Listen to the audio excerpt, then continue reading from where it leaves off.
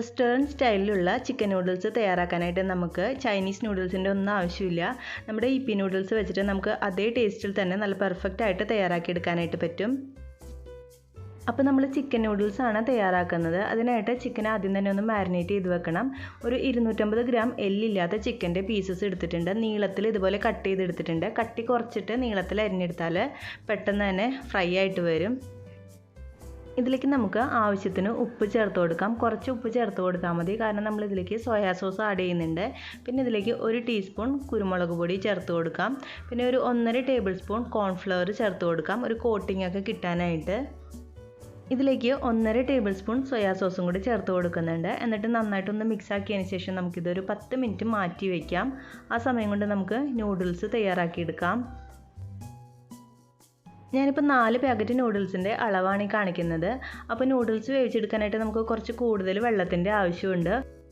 വലിയൊരു പാനിലേക്ക് കുറച്ച് കൂടുതൽ വെള്ളം വെച്ച് കൊടുത്തിട്ടുണ്ട്. അതൊന്ന് തിളച്ച് വന്നപ്പോൾ ഇതിലേക്ക് കുറച്ച് ഉപ്പിട്ട് കൊടുത്തിട്ടുണ്ട്. അതിൻ്റെ കൂടെ തന്നെ 1 ടേബിൾ സ്പൂൺ സൺഫ്ലവർ ഓയിലും കൂടി ചേർത്ത് കൊടുക്കുന്നുണ്ട്.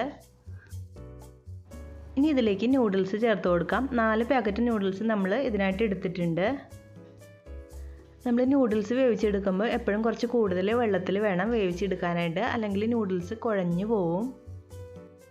ഈ നൂഡിൽസ് തിളച്ച വെള്ളത്തിലേക്ക് ഇട്ടതിന് ശേഷം ഒരു 10-30 സെക്കൻഡ് കഴിഞ്ഞതിന് ശേഷം മാത്രം ഒന്ന് ഇളക്കി കൊടുത്താൽ മതി. അപ്പോൾ നൂഡിൽസ് സോഫ്റ്റ് ആയിട്ട് വരുമ്പോൾ നമുക്കിത് ഇളക്കിയെടുക്കാനായിട്ട് കുറച്ചും കൂടി ഒരു ഈസി ആയിരിക്കും. ഇനി ഈ നൂഡിൽസ് നമുക്കൊരു 3 മിനിറ്റോളം വേവിച്ചെടുക്കാം. കൂടുതലൊന്നും വേവിച്ചെടുക്കണ്ട, മാക്സിമം ഒരു 3 മിനിറ്റ് വേവിച്ചെടുത്താൽ മതി.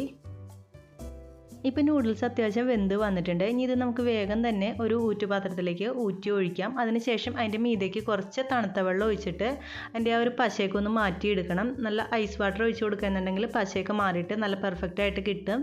അപ്പോൾ ഞാൻ അതുപോലെ ചെയ്തെടുത്തിട്ടുണ്ട്. ഇനി ഇതിലേക്ക് ഇപ്പോൾ തന്നെ കുറച്ച് ഓയിലും കൂടി ചേർത്തിട്ട് ഇതുപോലെ ഒന്ന് മിക്സ് ചെയ്ത് കൊടുക്കുകയാണ്. അപ്പോൾ ഒട്ടും പിടിക്കാതെ നല്ല പെർഫെക്റ്റ് ആയിട്ട് നമുക്ക് നൂഡിൽസ് തയ്യാറാക്കി എടുക്കാനായിട്ട് പറ്റും. ഇപ്പം നമ്മുടെ നൂഡിൽസ് തയ്യാറായിട്ടുണ്ട്. ഇനി ഇത് ചൂടാറാനായിട്ട് നമുക്കൊന്ന് മാറ്റി വയ്ക്കാം. ആ സമയം കൊണ്ട് നമുക്ക് ചിക്കൻ ഒന്ന് ഫ്രൈ ചെയ്തെടുക്കാം. അതിനായിട്ടൊരു പാനിലേക്ക് 2 ടേബിൾ സ്പൂൺ ഓയിൽ ഒഴിച്ച് കൊടുത്തിട്ടുണ്ട്. ഇനി ഇതിലേക്ക് നമുക്ക് മാരിനേറ്റ് ചെയ്ത് വെച്ചിരിക്കുന്ന ചിക്കൻ ചേർത്ത് കൊടുക്കാം. എല്ലില്ലാത്ത ചിക്കൻ്റെ പീസാണ് നമ്മൾ ഇതിനായിട്ട് എടുത്തിരിക്കുന്നത്. അതുപോലെ തന്നെ നമ്മളിത് കട്ടി കുറച്ചിട്ടാണ് എടുത്തിരിക്കുന്നത്. അപ്പോൾ ഒരു 6 മിനിറ്റ് 7 മിനിറ്റിനുള്ളിൽ ഇത് നന്നായിട്ടൊന്ന് ഫ്രൈ ആയിട്ട് വരും. ഇപ്പോൾ ഒരു 6 മിനിറ്റ് ഒക്കെ കഴിഞ്ഞിട്ടുണ്ട്. നമ്മുടെ ചിക്കൻ അത്യാവശ്യം നന്നായിട്ട് ഫ്രൈ ആയിട്ട് വന്നിട്ടുണ്ട്.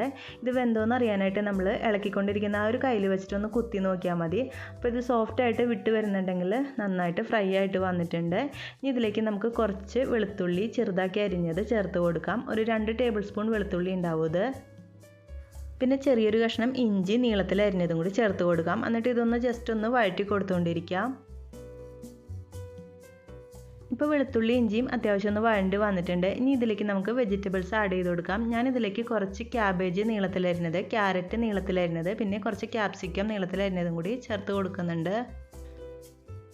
ഈ വെജിറ്റബിൾസൊക്കെ ആഡ് ചെയ്ത് കൊടുത്തതിന് ശേഷം ഒരുപാട് നേരം ഒന്നിട്ട് വഴറ്റണ്ട. പിന്നെ നമ്മളിത് തയ്യാറാക്കുമ്പോൾ ഹൈ ഫ്ലെയിമിലിട്ടിട്ട് വേണം കേട്ടോ തയ്യാറാക്കി എടുക്കാനായിട്ട്.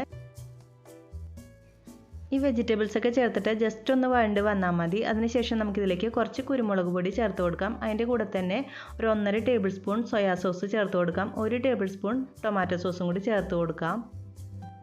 ഞാനിപ്പോൾ ഇതിലേക്ക് ചെറിയൊരു അളവിൽ ടൊമാറ്റോ സോസ് ചേർത്ത് കൊടുക്കുന്നുള്ളൂ. ശരിക്കും റെസ്റ്റോറൻറ്റ് സ്റ്റൈലിലാണെങ്കിൽ അവർ ടൊമാറ്റോ സോസ് ആഡ് ചെയ്യില്ല, സോയാ സോസ് മാത്രമേ ആഡ് ചെയ്യുള്ളൂ. അപ്പോൾ നിങ്ങൾക്ക് ഇഷ്ടമാണെന്നുണ്ടെങ്കിൽ കുറച്ച് ആഡ് ചെയ്ത് കൊടുക്കാം. ഇനി ഇതിലേക്ക് ഞാൻ കുറച്ച് പച്ചമുളക് ഇതുപോലെ നീളത്തിൽ അരിഞ്ഞതും കൂടി ചേർത്ത് കൊടുക്കുന്നുണ്ട്. കുരു കളഞ്ഞിട്ട് ഈ രീതിയിൽ നീളത്തിൽ അരിഞ്ഞെടുത്തിരിക്കുന്നതാണ്. അപ്പോൾ നിങ്ങളുടെ അടുത്ത് ഇപ്പോൾ ക്യാപ്സിക്കം ഇല്ലയെന്നുണ്ടെങ്കിൽ കുഴപ്പമില്ല, അതിന് പകരം ഈ രീതിയിൽ പച്ചമുളക് അരിഞ്ഞിട്ടാൽ മതി. ഇനി നമുക്കിതിലേക്ക് നൂഡിൽസ് ഫുള്ളായിട്ട് ചേർത്ത് കൊടുക്കാം. ഇനി ഇത് നമുക്ക് നന്നായിട്ടൊന്ന് മിക്സാക്കി കൊടുക്കാം. അപ്പോൾ വലിയൊരു പാനാണെന്നുണ്ടെങ്കിൽ കുറച്ചും കൂടി എളുപ്പമാണ് മിക്സാക്കി എടുക്കാനായിട്ട്.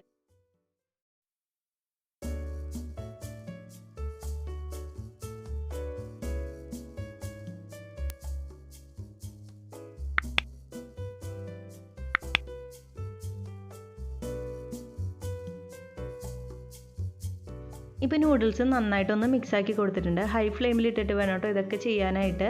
അപ്പോൾ ഞാൻ ജസ്റ്റ് ഒന്ന് ടേസ്റ്റ് നോക്കിയപ്പോൾ ഇത്തിരി സോയാ സോസിൻ്റെ അളവ് കുറവുണ്ട്. അപ്പോൾ ഞാൻ ഇതിലേക്ക് വീണ്ടും 1 ടേബിൾ സ്പൂണോളം സോയാ സോസ് ചേർത്ത് കൊടുക്കുന്നുണ്ട്. എന്നിട്ട് വീണ്ടും നന്നായിട്ടൊന്ന് മിക്സാക്കി കൊടുക്കാം. പിന്നെ ഇതിലേക്ക് ഉപ്പിൻ്റെ അളവോ അല്ലെങ്കിൽ കുരുമുളകിൻ്റെ അളവോ കുറവുണ്ടെന്നുണ്ടെങ്കിൽ നമുക്കിപ്പോൾ ആഡ് ചെയ്ത് കൊടുക്കാം. പിന്നെ നിങ്ങളുടെ കയ്യിൽ സ്പ്രിംഗ് ഓണിയൻ ഉണ്ടെന്നുണ്ടെങ്കിൽ ഈ ഒരു ടൈമിൽ ചേർത്ത് കൊടുക്കാം, അല്ലെങ്കിൽ വഴറ്റുമ്പോൾ വേണമെങ്കിലും ചേർത്ത് കൊടുക്കാം. അപ്പോൾ ഈ സ്പ്രിംഗ് ഓണിയനൊക്കെ ഇപ്പോൾ കിട്ടാത്തൊരു സിറ്റുവേഷൻ ആയതുകൊണ്ട് ഞാൻ ഇതിലേക്ക് ആഡ് ചെയ്യുന്നില്ല.